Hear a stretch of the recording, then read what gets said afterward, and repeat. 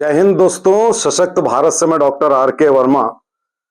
आपने 2-3 दिन पहले संसद की नौटंकी कांग्रेस की देखी। किस मुद्दे पर देखी? अंबेडकर जी के मुद्दे पर। अब मुझे कभी कभी ताज्जुब होता है कि हमारी पार्टी यानी बीजेपी कांग्रेस की इस नौटंकी का उचित जवाब दे नहीं पाती है। उसका कारण यह है कि मुझे ऐसा लगता है कि संसद में ऐसे लोगों की संख्या कम है जो बड़े वेल रेड हैं। वेल रेड मींस जिनको इतिहास का, पॉलिटिकल साइंस का बहुत ज्यादा ज्ञान हो, ऐसे लोगों का होना आवश्यक होता है। तभी आप अपने विरोधी को परास्त कर सकते हैं।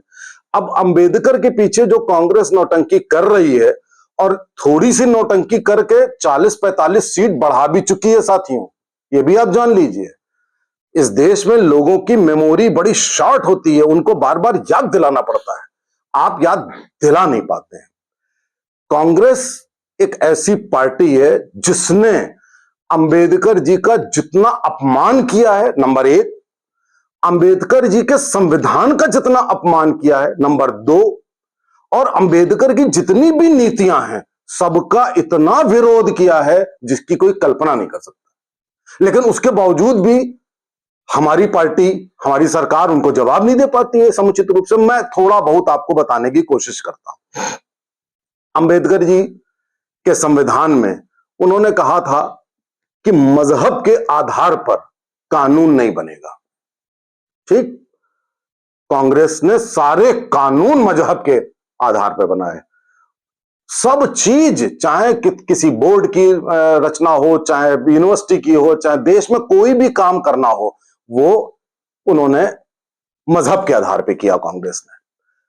अंबेडकर जी ने यूसीसी, आर्टिकल 44, अब ये आपके संविधान में लिखा हुआ है कि समान नागरिक संहिता होगी।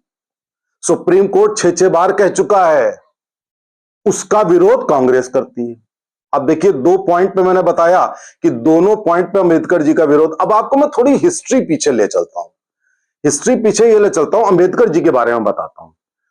बहुत सारे लोग, एक वर्ग, दलित वर्ग भी कुछ ऐसा पोर्ट्रे करता है कि जैसे कि अंबेडकर जी भारतीयों के खिलाफ थे, हिंदुओं के खिलाफ थे, हिंदू धर्म के खिलाफ थे। साथियों, मैं आपको बता दूं, ये पूर्णतया असत्य है, पूर्णतया गलत है।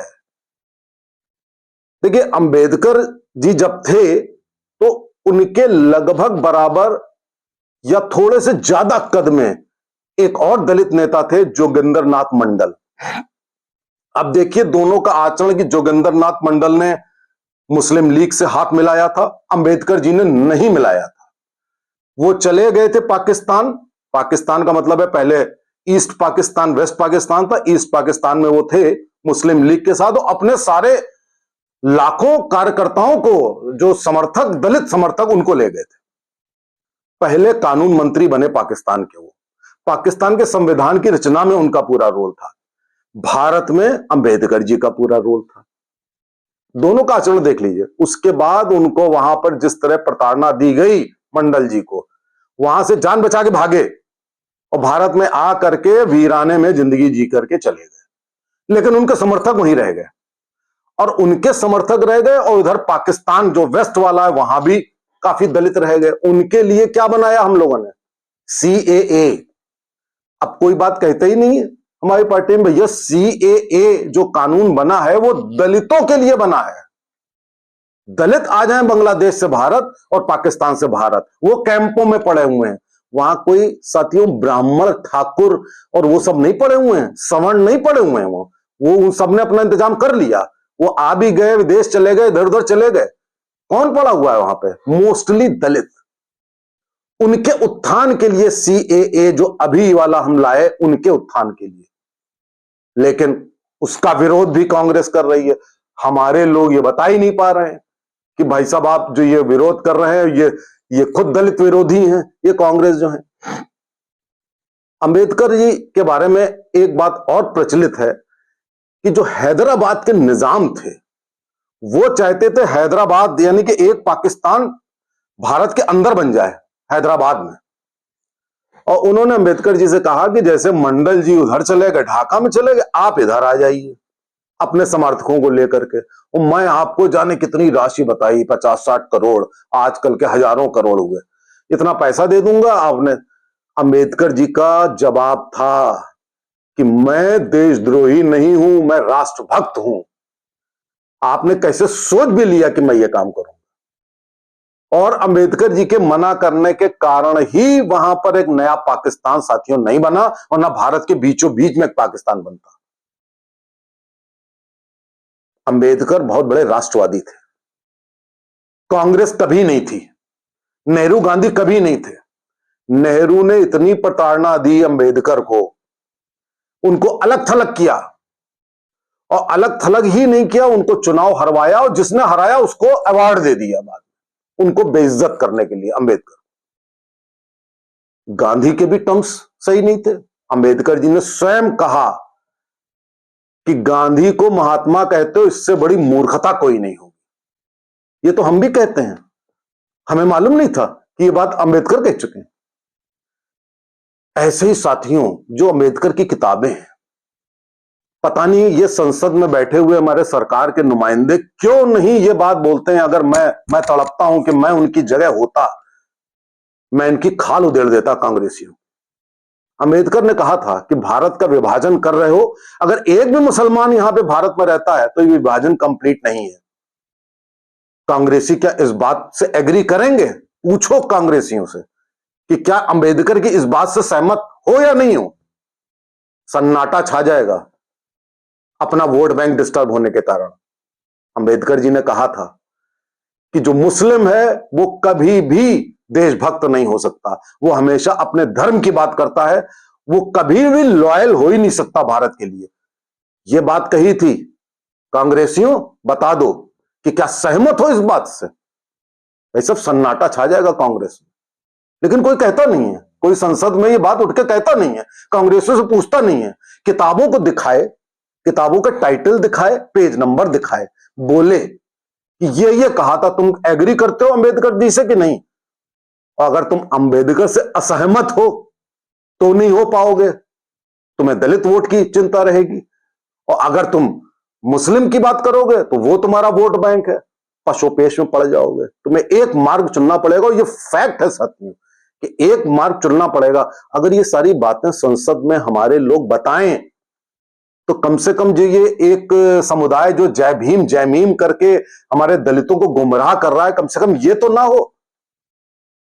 अंबेडकर ने कभी भी भारत के विरोध में, छोड़िए वो राष्ट्रवादी थे, हिंदू दर्शन पर उन्होंने किताब लिखी, और तो जाने दीजिए हिंदू दर्शन पर। संघ आरएसएस जिसकी खिलाफत मुसलमान करता है, कांग्रेस करता है, दलित का एक तबका भी करता है। अंबेडकर जी आरएसएस के फैन थे। अंबेडकर जी ने हेडगेवार जी से कहा था कि हम आपको ज्वाइन करना चाहते हैं, संघ को, आरएसएस को ज्वाइन करना चाहते हैं, लेकिन हम इसलिए नहीं करेंगे क्योंकि मेरे हिसाब से आप धीमे हैं। अंबेडकर की इस बात से मैं बहुत ज्यादा सहमत हूं।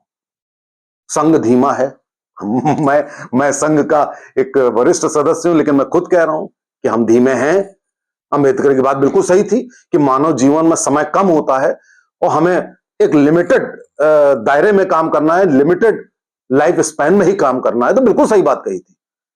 तो आप देखिए जरा अंबेडकर जी का आचरण, प्रो आरएसएस, प्रो हिंदू। अरे कोई किताब होती है उसमें एक आधी लाइन तो कोई भी जना लिख देता है, जो पकड़ करके आप बोलने लगते हो कि अंबेडकर ने ये कह दिया था, वो कह दिया था।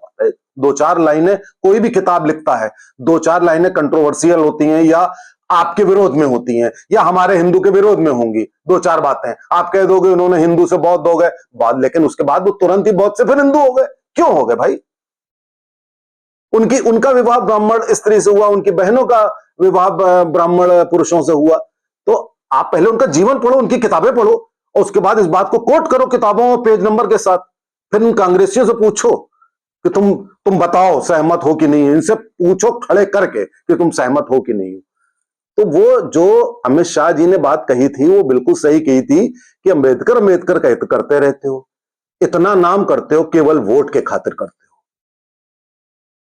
हो। तुम कुछ नहीं जानते हो अम्बेडकर के बारे में। तुमने, अरे आप सोचिए कि अंबेडकर जी के ऊपर एक कार्टून बना था 2012 में कि एक घोंघा चल रहा है, घोंघा धीमे चलता है, घोंघा चल रहा है, पीछे से नेहरू चाबुक मार रहे हैं। ये एनसीईआरटी की किताब में जा रहा था।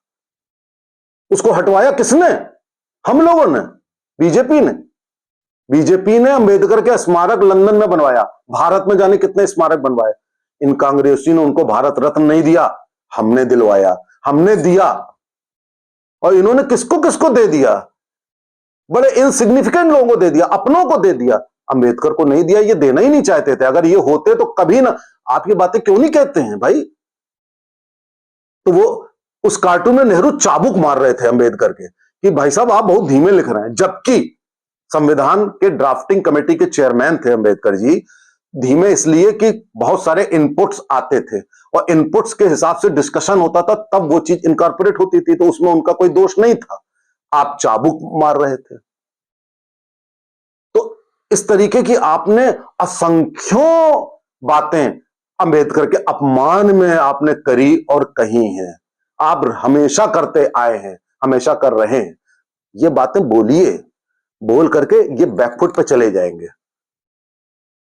अगर आप ये सब बातें नहीं बोलेंगे तो ये फॉल्स नैरेटिव फैला करके दोबारा फिर ये सीटें ले लेंगे। तो इसलिए मैं सरकार से अपील करता हूं कि जरा कुछ ऐसे लोगों को जो सारी हिस्ट्री सब कुछ जानते हो, उनको तो मौका दीजिए। हम लोग तो सोशल मीडिया पे कर रहे हैं, लेकिन जब तक संसद का नैरेटिव तो एक एक जगह जाता है ना, तो उसको करने के लिए भी तो आगे करना चाहिए। यह दरखास्त करूंगा। जय हिंद, जय भारत।